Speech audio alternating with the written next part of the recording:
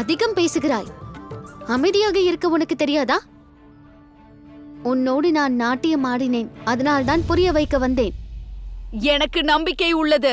எனது மகன்களான இரண்யாக்ஷ் மற்றும் இரண்யகசபின் தவமும் முழுமையடைந்துவிடும். ஆமாம் அசுர மாதா தித்தி, தைரியமாக இருங்கள். அந்த நேரமும் நெருங்கிவிட்டது. அனைத்து தேவகணங்களின் அச்சம் பிரம்மதேவரின் காலடியில் சங்கிலியாக விழுந்திருக்கும்.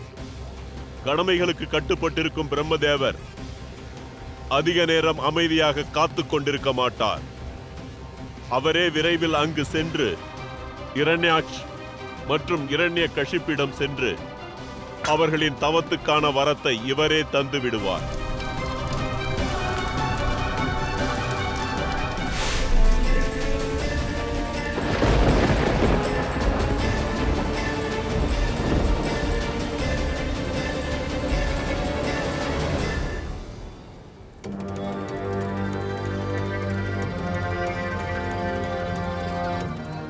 எங்கே சென்று விட்டார்?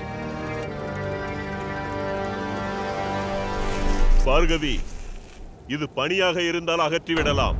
ஆனால் இது பணி மட்டுமல்ல, இது நாராயணரின் சதியாகத்தான் தெரிகிறது.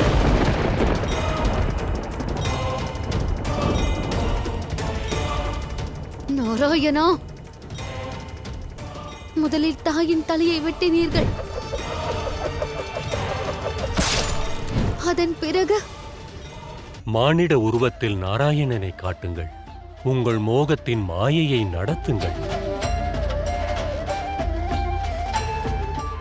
நாராயணருக்கு விடை கிடைத்தது போல தெரிகிறதே. பாருங்கள், வந்த வேலையும் முடிந்துவிட்டது. உத்தரவு பிரபு.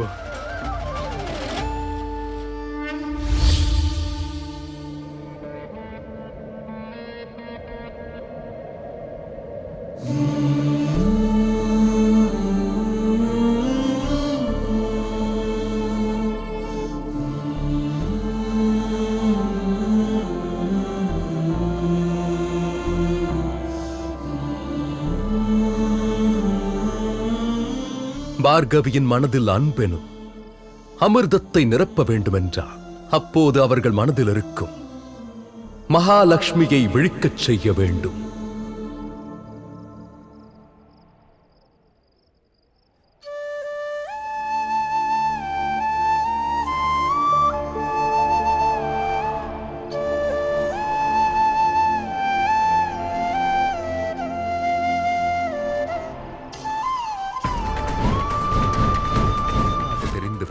இதோ பார். ஆம், நான் நன்கு அறிவேன். நாராயணன் பெயர் தங்களுக்கு பிடிக்காது. ஆனால் இதையும் புரிந்து கொள்ளுங்கள். யாரை நாம் மனதார நேசிக்கின்றோமோ அவர்கள் மனதில் என்ன நினைத்தாலும் அது நம் மனதிற்கு தானாக தெரிந்துவிடும்.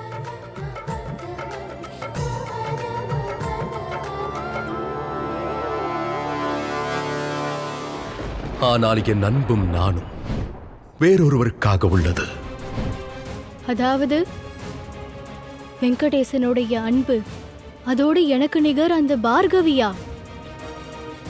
பார்கவிதான் எனக்கும் வெங்கடேசனுக்கும் இடையில் தடையாக இருக்கிறாள். நான் கிளம்புகிறேன் ராஜகுமாரர் வாசுவை விவாகம் செய்ய. இன்னும் என் கேள்விக்கு பதில் வரவில்லையே. போக வேண்டும் என்றால் என்னிடம் சொல்ல எதற்காக வந்தீர்கள்?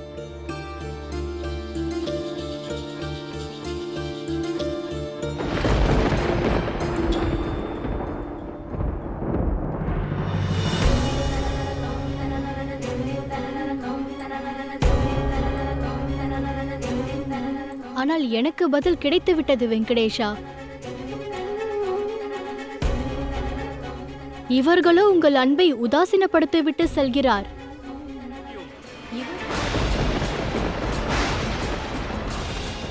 நான் இந்த நிமிடமே பார்கவியை என்னுடன் அழைத்துச் செல்லுவேன். இவரை விவாகம் செய்து கொள்ளப் போவதில்லை.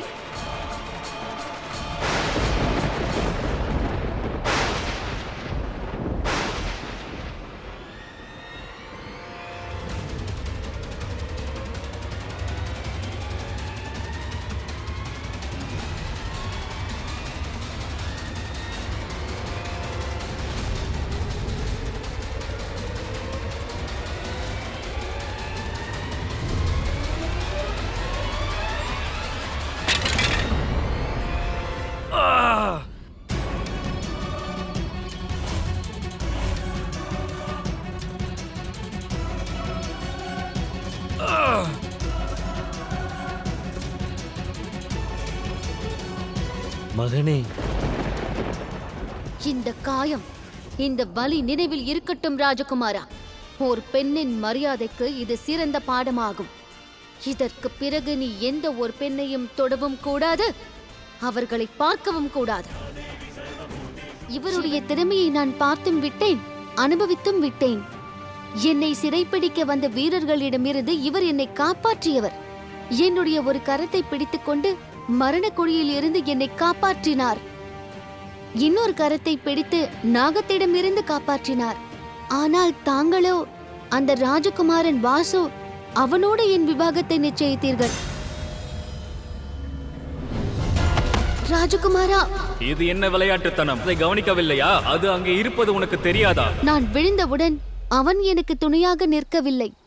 அதோடு என்னை தனியாக விட்டுவிட்டான், பின்வாங்கியும் விட்டான்.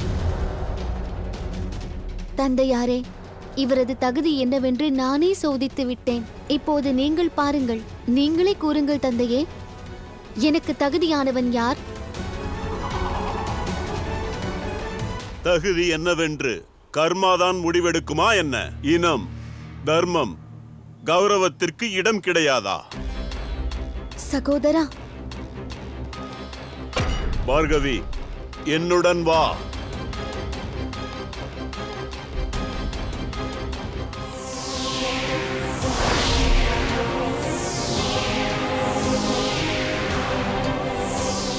ஹிரண்யாக்ஷ் மற்றும் ஹிரண்ய கஷப்பின் தவம், கூடவே லக்ஷ்மி நாராயணரின் சந்திப்பு, இதற்கு என்ன சம்பந்தம் இருக்கிறது? அவர்களுக்கு வரம் கிடைக்கும் நேரம் வந்துவிட்டது. எந்த அசுரர்கள் லக்ஷ்மி மற்றும் நாராயணர் பிரிவிற்கு காரணமாக இருந்தார்களோ, இப்பொழுது அவர்கள்தான் இவர்கள் இருவரும் இணைவதற்கு காரணமாவார்கள். இது எப்படி சாத்தியம் மகாதேவா? நான் புரிந்து கொண்டேன். தாங்களும் விரைவிலேயே புரிந்து கொள்வீர்கள். பிரம்மதேவரே, காலத்தின் சக்கரம் சுழலுகிறது. இப்போது நீங்கள் செல்லுங்கள். இரண்யகசிப் கேட்கும் வரத்தை கொடுங்கள். இது நிறைவேறினால்தான் லக்ஷ்மி நாராயணர் இணையக்கூடிய அன்பு உருவாகும்.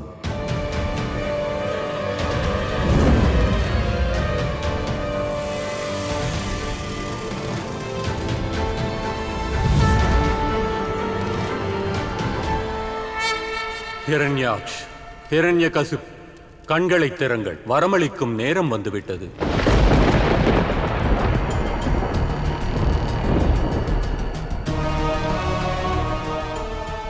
கடுமையாக தவம் புரிந்தீர்கள்.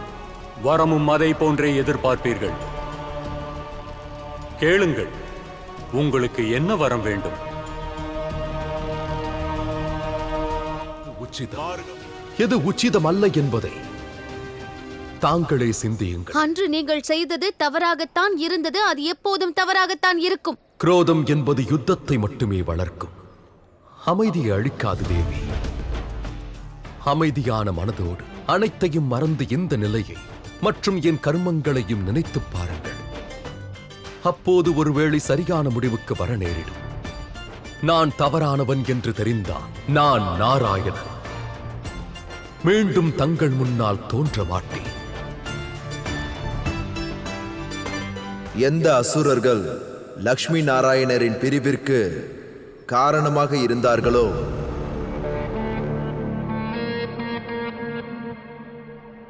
இப்போது அவர்களே நாராயணரையும் பார்கவியும் சேர்த்து வைப்பார்கள்.